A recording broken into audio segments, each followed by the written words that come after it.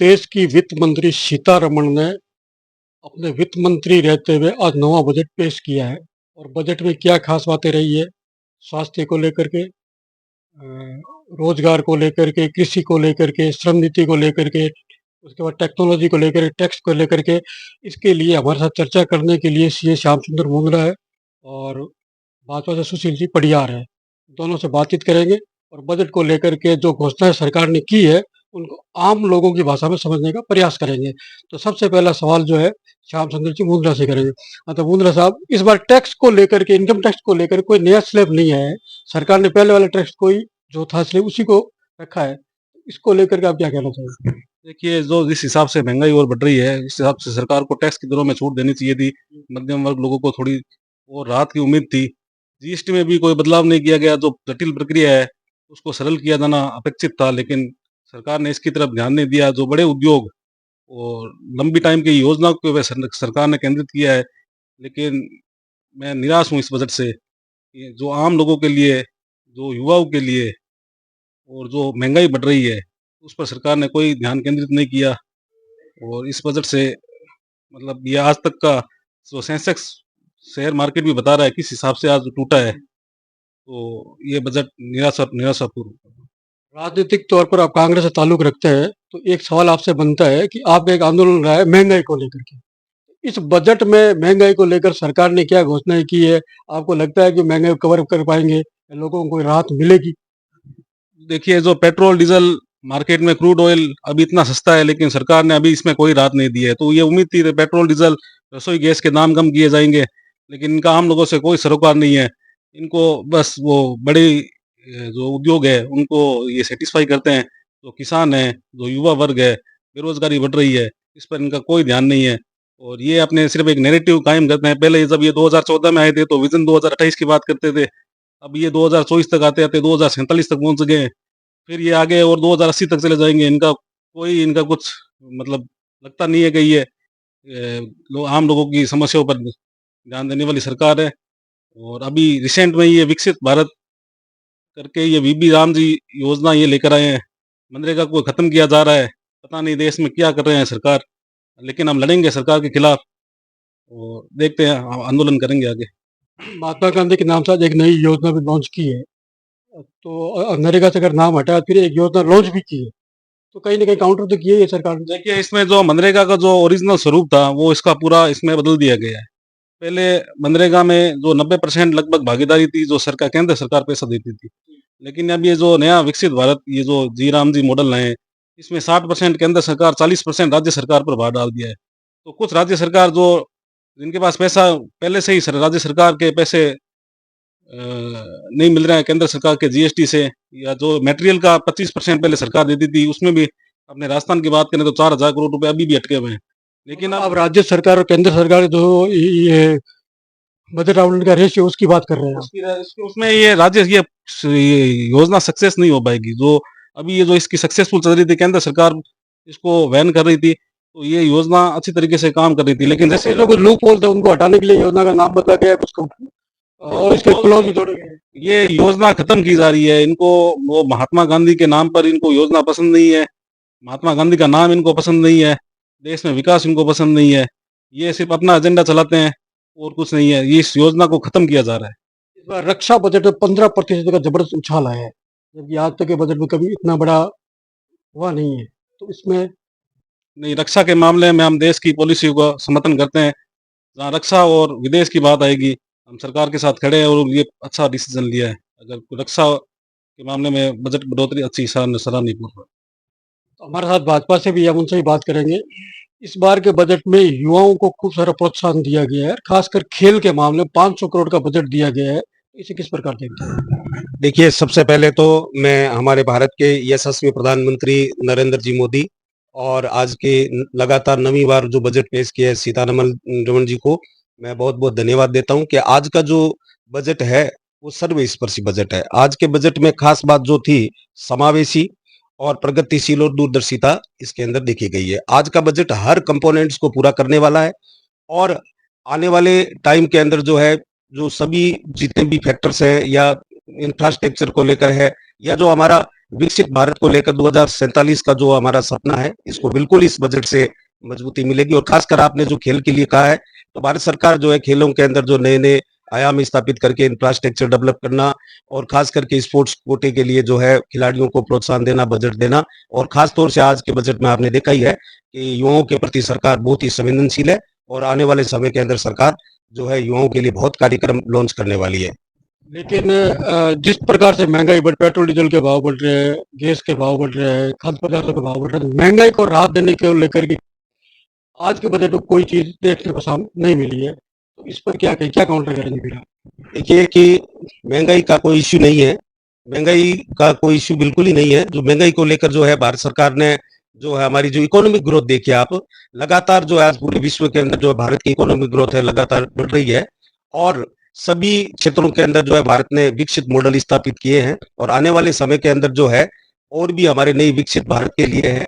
और हमने जो आत्मनिर्भरता को बढ़ाने के लिए बात की वो लगातार जो है मैन्युफैक्चरिंग हब है या हमने लोकल फॉर वोकल है या हमने मेक इन इंडिया और मेड इन इंडिया के तहत जो है स्वरोजगार देने के लिए सरकार करता है और आगे भी इस बजट के अंदर खूब बजट जो है दिया गया है। आपने रोजगार की बात की है, तो अभी नरेगा का नाम बदला गया, बीबीजी राम जी बनाया गया है और उसका आपको देशों का संयोजक बनाया गया है। इसको लेकर कांग्रेस सड़कों पर है और कहीं न कहीं इस योजना से राष्ट्रपिता का नाम हटाने को लेकर के विरोध बहुत ज़्यादा है और साथ ही पॉलिसी को लेकर भी विरोध ज़्यादा है कि पॉलिसी खत्म करने की बात आ रही है। लोगों को जो रोज़गार दिया जा रहा था, वो भी खत्म करने की बात हो रही है। तो बतौर संयोजक आप क्या कहना चाहेंगे? और आज के बजट में क्या मिला इसको लेकर? देखिए कि यो जो अभी वीवी राम जी जो हमारा नया एक विकसित भारत 2047 के लिए जो एक नया मॉडल स्थापित किया गया है, अभी हाल ही में हमारे केंद्रीय मंत्री जी ने अभी जो वीवी राम जी के अंदर जो है 11,000 करोड़ का जो बजट दिया है और इससे बिल्कुल जो पुरानी जो कमियां और खामियां थी ये बिल्कुल सुधार होगा। और जो पहले जो है 100 दिन का रोजगार था, अब जो है सरकार 125 दिन का रोजगार दे रही है और साथ ही इसके अंदर युवाओं को इसके अंदर जोड़ रही है। और वीवी राम जी के अंदर जो पुराने जो डरे थे उस नए सिस्टम और नए मॉडल को लागू करने जा रही है। तो ऐसा लग रहा है कि वीवी राम जी के अंदर जो पुरानी सरकारों ने जो एक मॉडल बना रखा था, लूट खसोट का जो माहौल था वो बिल्कुल बंद होगा और हाल ही में जो नया बजट मिला है तो इसको नए पंख मिलेंगे। वीवी राम जी कार्यक्रम जो है, नाम परिवर्तन से भ्रष्टाचार रुक जाएगा, इसकी गारंटी है क्या? नाम परिवर्तन से कुछ नहीं होता है, नाम जो है वही चल रहा है, नाम में कोई वो इश्यू नहीं है, ये कोई विपक्ष का एजेंडा है, नाम से कुछ नहीं है। वीवी राम जी जो है ये विकसित भारत मॉडल है, विकसित भारत मॉडल है। विकसित जो है हमारे यशस्वी प्रधानमंत्री जी का एक जो एक ड्रीम है, जो उसी के तहत जो है ये नाम है और उस नाम से कोई ज्यादा नहीं है। इसके अंदर जो है नई नई योजनाओं को जोड़ना और खास करके जो पहले पूर्वोत्तर सरकारों ने जो 100 दिन का रोजगार दिया था, आज हमारी जो सरकार है वो 125 दिन का रोजगार दे रही है। और जो खास करके ग्रामीण क्षेत्रों के अंदर जो है नए नए इनोवेशन के कार्य है इस योजना के तहत होंगे। चूंकि आप राजनीति के साथ साथ शिक्षा के क्षेत्र से भी जुड़े हैं, तो शिक्षा के क्षेत्र को लेकर के अगर आज के बजट की हम समीक्षा करें, तो हर जिले में गर्ल्स हॉस्टल की एक घोषणा की गई, जो कई जिलों में पहले से ही है। और इसके अलावा शिक्षा को लेकर के क्या बजट आवंटन हुआ है? जैसे स्कूलों को क्रमोन्नत करने की बात, 15,000 स्कूलें बनाई जाएगी, एआई मॉडल लागू किया जाएगा। तो इन ये जो बजट घोषणा की गई है और इसमें करोड़ों रुपए का बजट आवंटित भी किया गया है, तो ये धरातल पे इतना जल्दी संभव हो सकता है? देखिए शिक्षा, चिकित्सा, इंफ्रास्ट्रक्चर के अंदर हमारी सरकार संवेदनशील बहुत ज्यादा है और खास करके आपने शिक्षा की बात की है, तो शिक्षा के अंदर जो है सरकार ने जो है हर जिले के अंदर जो है एक मॉडल क्लस्टर हॉस्टल बनाने की बात की है। और लगातार जो हमारी सरकार है, अभी राजस्थान के अंदर जो है 1 लाख भर्तियों का था और 1 लाख भर्तियां जो है उसमें लगातार जो है जो प्रक्रियाधीन है, कुछ के पेपर हो चुके हैं और बाकियों के पेपर जो हो रहे हैं। और मैं आपको बताना चाहता हूं कि राजस्थान के अंदर जो है बिल्कुल हमारी सरकार 2 साल के कुल ढांचा कॉलेज का जो है बिल्कुल खड़ा नहीं है। तो मैं हमारी सरकार से आने वाले दिनों के अंदर जो है बात रखेंगे कि देशनों के अंदर जो है मूल रूप से जो विगत टाइम से जो स्कूल्स के अंदर जो पुराने टाइम से लगातार रिक्त पद पड़े हैं वो भी हम भरवाने के लिए बात करेंगे। और खास तौर से हम शिक्षा के लिए जो है एक बालिका कॉलेज की मांग करेंगे हमारे यशस्वी विधायक जी से कि भाई आज बालिका शिक्षा को लेकर सरकार लगातार कार्य कर रही है। तो इसी बजट सत्र के अंदर जो है पहले हम चर्चा करेंगे और मूल रूप से बालिका के लिए जो है शिक्षा के साथ में जो है योगा है शिक्षा की बात की है तो देश में बालिका विद्यालय है जो अर्ध निर्माण स्थिति में है। अब भामाशाह निर्माण कराएंगे या सरकार कराएगी, मामला अदर झूल में है। इसको लेकर भी सरकार तो कोई बात पहुंचाएगी। बिल्कुल, सरकार के तक हम पहुँचाएँगे कि जो पूर्वोत्तर में जो सरकारें थी, जिन्होंने स्कूल की बिल्डिंग की जर्जर अवस्था हालात बता कर के इस बिल्डिंग को जो है मूल रूप से इनका इंफ्रास्ट्रक्चर है वो बिल्कुल जो है हटा दिया गया था। जबकि पिछले विगत टाइम से बालिकाओं की शिक्षा के लिए दिक्कत आ रही है। तो निश्चित तौर से हम सरकार से उम्मीद भी है कि ट्रिपल पी मॉडल के तहत अगर ये भामाशाह अगर वह ना करवाएँ तो हम सरकार से बिल्कुल हमारे शिक्षा मंत्री जी से, हमारे विधायक जी से, हमारे मुख्यमंत्री जी से बात करके और निश्चित तौर से सरकारी जो क्षेत्र के अंदर जो भी हो इसका सहयोग होगा बिल्कुल दिलाने के लिए तरफ़ हैं। अब राजस्थान सरकार का बजट आने वाला है, तो बीकानेर के आप सीएस जिला अध्यक्ष हैं, सीएसएल कांग्रेस के। उस लिहाज से बीकानेर क्षेत्र को देखते आप क्या मांग रखना चाहेंगे? शिक्षा की हो, चिकित्सा की हो या इंफ्रास्ट्रक्चर की?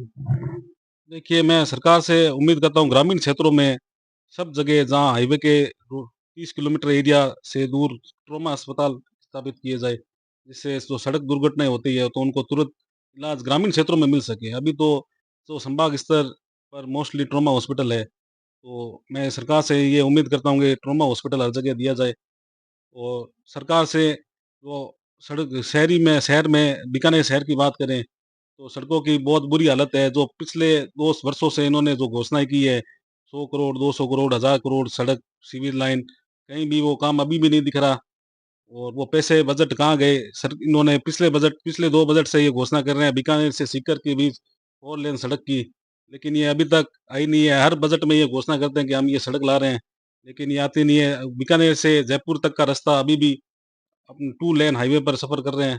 तो अगर बीकानेर से सीकर 4 लेन हो जाए तो बीकानेर वासियों के लिए बहुत बड़ी सौगात हो जाएगी और सरकार से उम्मीद करता हूँ मैं कि घोषणा करने के बजाय काम पर ज़्यादा ध्यान दें, तो ज़्यादा बेहतर रहेगा। जिस क्षेत्र से आते हैं उसका नाम देशनोक है और हाईवे पर स्थित है। माँ करणी का मंदिर है और आए दिन हाईवे पर दुर्घटनाएँ होती है। तो आपको नहीं लगता यहाँ ट्रॉमा सेंटर होना चाहिए देश में? देखिए, यहाँ अभी सीएचसी है, तो मैं उम्मीद करता हूँ पहले सीएचसी से एक बार उप जिला अस्पताल पहले बन जाए, फिर हम ट्रॉमा हॉस्पिटल की माँग करेंगे तो ज़्यादा बेटर रहेगा क्योंकि जो चीज़ पॉसिबल नहीं हो, उसके लिए ज़्यादा इस नोखा देशनों के बजाय नोखा में अगर ट्रॉमा सेंटर बन जाए, तो एक दोनों के बराबर बीच गैप रहेगा। एक बार उप जिला अस्पताल देशनोक में पहले घोषणा हो जाए, फिर ट्रॉमा अस्पताल की भी समय के साथ माँग रखी जाएगी। मतलब ट्रॉमा सेंटर के लिए पहले क्राइटेरिया ज़रूरी है कि उप जिला अस्पताल उप जिला बनाइए। जो उप जिला अस्पताल जो सुविधा है, वो पहले वो भी मिलनी चाहिए लोगों को पहले। आप भी देशनोक से आते हैं, यहाँ ट्रॉमा सेंटर होना चाहिए या नहीं होना चाहिए? और इसकी क्या क्राइटेरिया क्या आप देशनोक पूरी करता है क्राइटेरिया?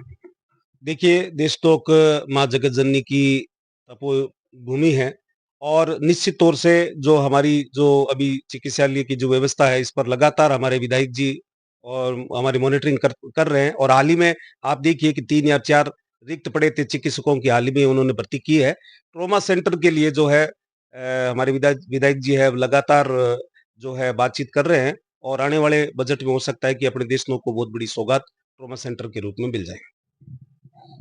आप दोनों ने समय दिया, सार्थक चर्चा की, उसके लिए आप दोनों का बहुत-बहुत धन्यवाद।